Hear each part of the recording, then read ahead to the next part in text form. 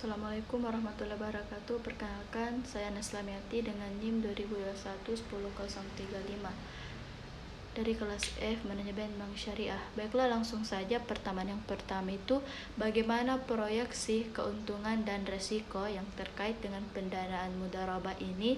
Apa implikasi dari keterlambatan proyek terhadap keuangan bank dan perusahaan pengembang? Menurut analisis keuangan pendanaan mudharabah, pertama, proyeksi keuntungan dan resiko. Keuntungan berdasarkan prinsip bagi hasil, keuntungan tergantung pada kinerja proyek. Jika proyek berhasil, bank dan pengembang berbagi keuntungan sesuai kesepakatan.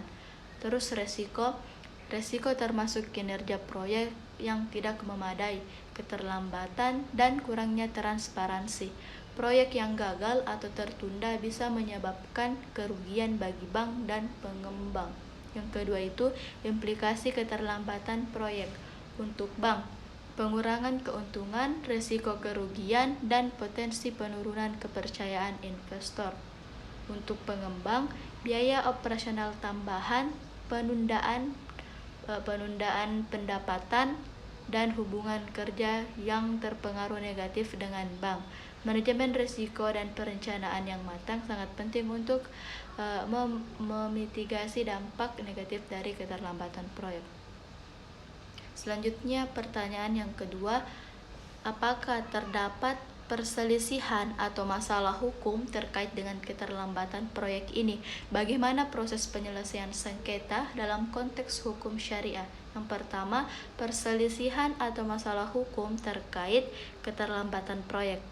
Potensi perselisihan keterlambatan proyek dapat memicu perselisihan antara bank dan pengembang terkait tanggung jawab, biaya tambahan, dan alokasi keuntungan atau kerugian. Terus klausul kontrak. Pentingnya klausul dalam kontrak mudharabah dan konsekuensi keterlambatan untuk mengurangi potensi perselisihan.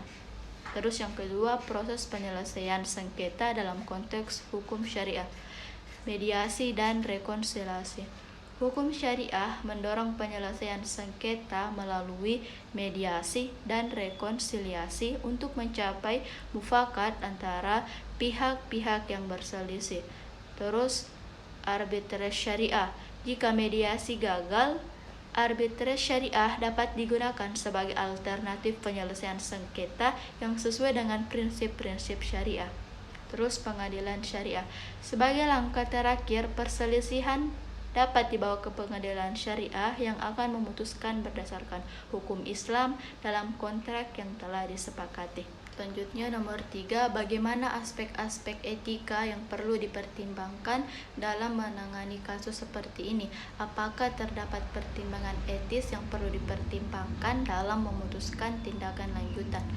Analisis etika dalam pendanaan mudharabah. Yang pertama, aspek etika yang perlu dipertimbangkan yaitu transparansi dan kejujuran. Pentingnya transparansi dan kejujuran antara bank dan pengembang dalam melaporkan perkembangan proyek dan kendala yang dihadapi.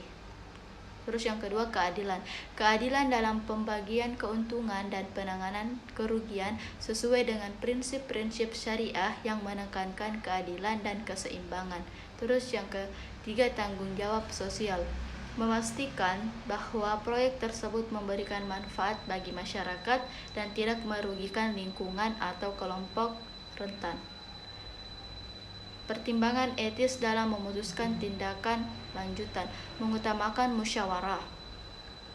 Memutuskan langkah lanjutan melalui musyawarah untuk mencapai keputusan yang adil dan saling menguntungkan. Terus yang kepentingan bersama, mengutamakan kepentingan bersama dan menghindari tindakan yang dapat merugikan salah satu pihak. Terus penyelesaian konflik secara adil, menggunakan metode penyelesaian sengketa yang etis dan adil seperti mediasi atau arbitrase syariah sebelum mengambil langkah hukum lebih lanjut. Baiklah, itulah tadi penjelasan dari saya. Sekian. Wassalamualaikum warahmatullahi wabarakatuh.